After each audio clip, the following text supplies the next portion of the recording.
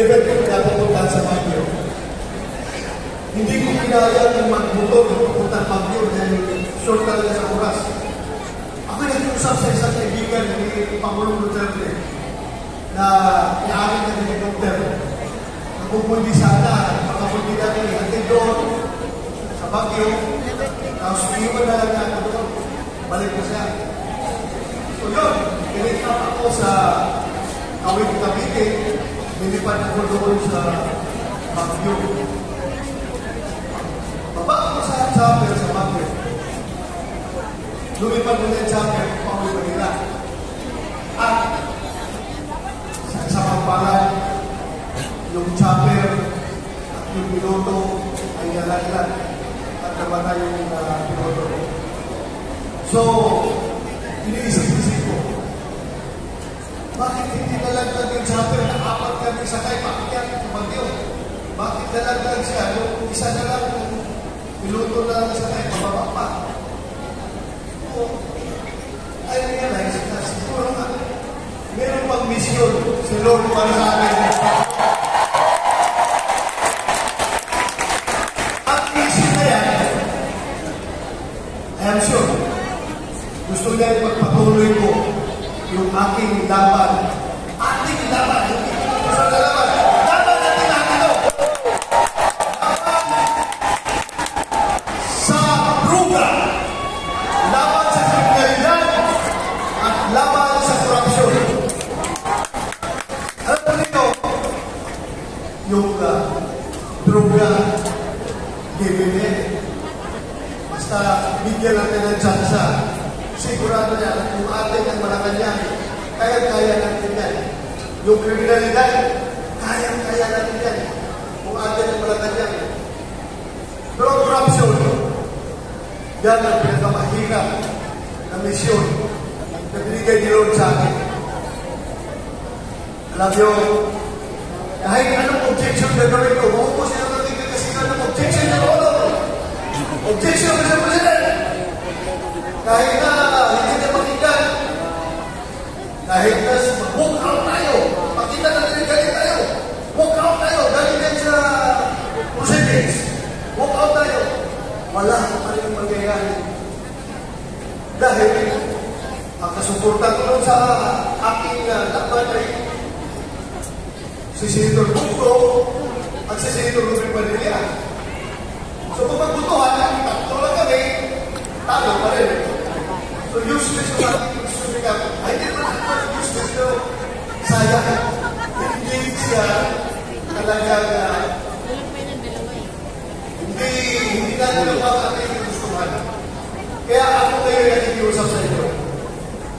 Kung sakali man, ako'y tulungan ninyo magabalik sa Senado at susundin ang kamanata. Tutuloy niyo ang laban na yan. At ang laban na yan ay kaya-kaya ng gawin. Kung aside ko ang Senator Bungo, Senator Ruben Padilla, idagdag po ninyo lahat na ito kasama natin dito.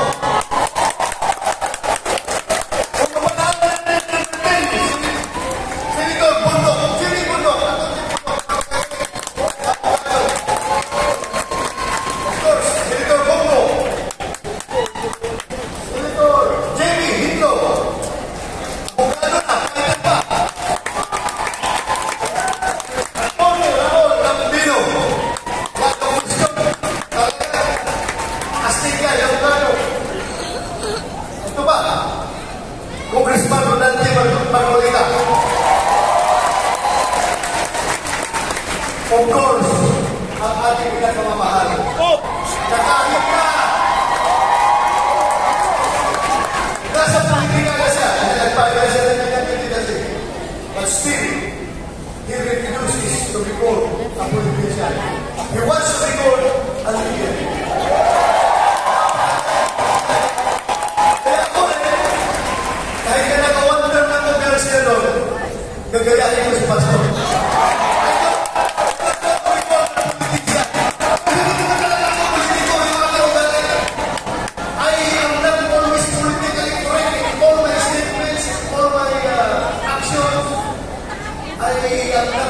This is a Pero, galing sa puso. Diba? Huwag na tawagin politician. Tawag kayo fighter.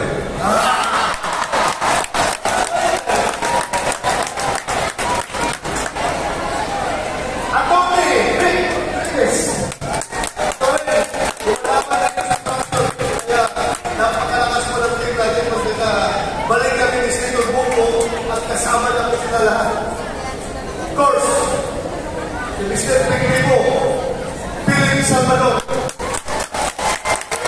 Kasi ninyo, kung ang Senado ay mapupuno ng tao na kagaya namin, itong lahat na nandito ngayon, makita ko kung yan mga tao ay mapupuno sa Senado, tapos ang problema ng Pilipinas.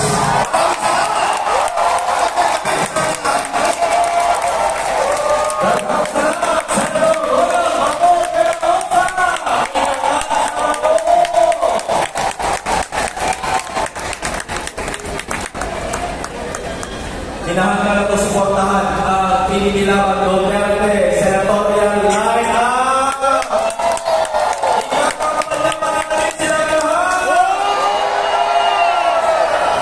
Kapalikot ka rin yan. Ano yung Bisaya ang balik-balik? Nakalimutan ko pala, pasensya na. Nagsuna ko sa ating class mo. Alam mo kung bakit naubos. Halos maubos ang problema natin sa insurgency sa Pilipinas. Ako ay nawagay ko dito Colonel Allen Capuya.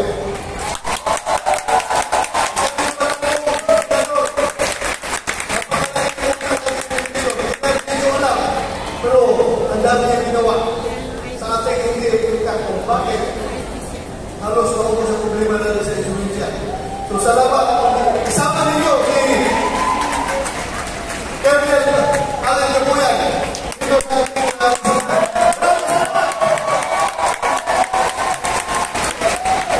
Thank you, sir.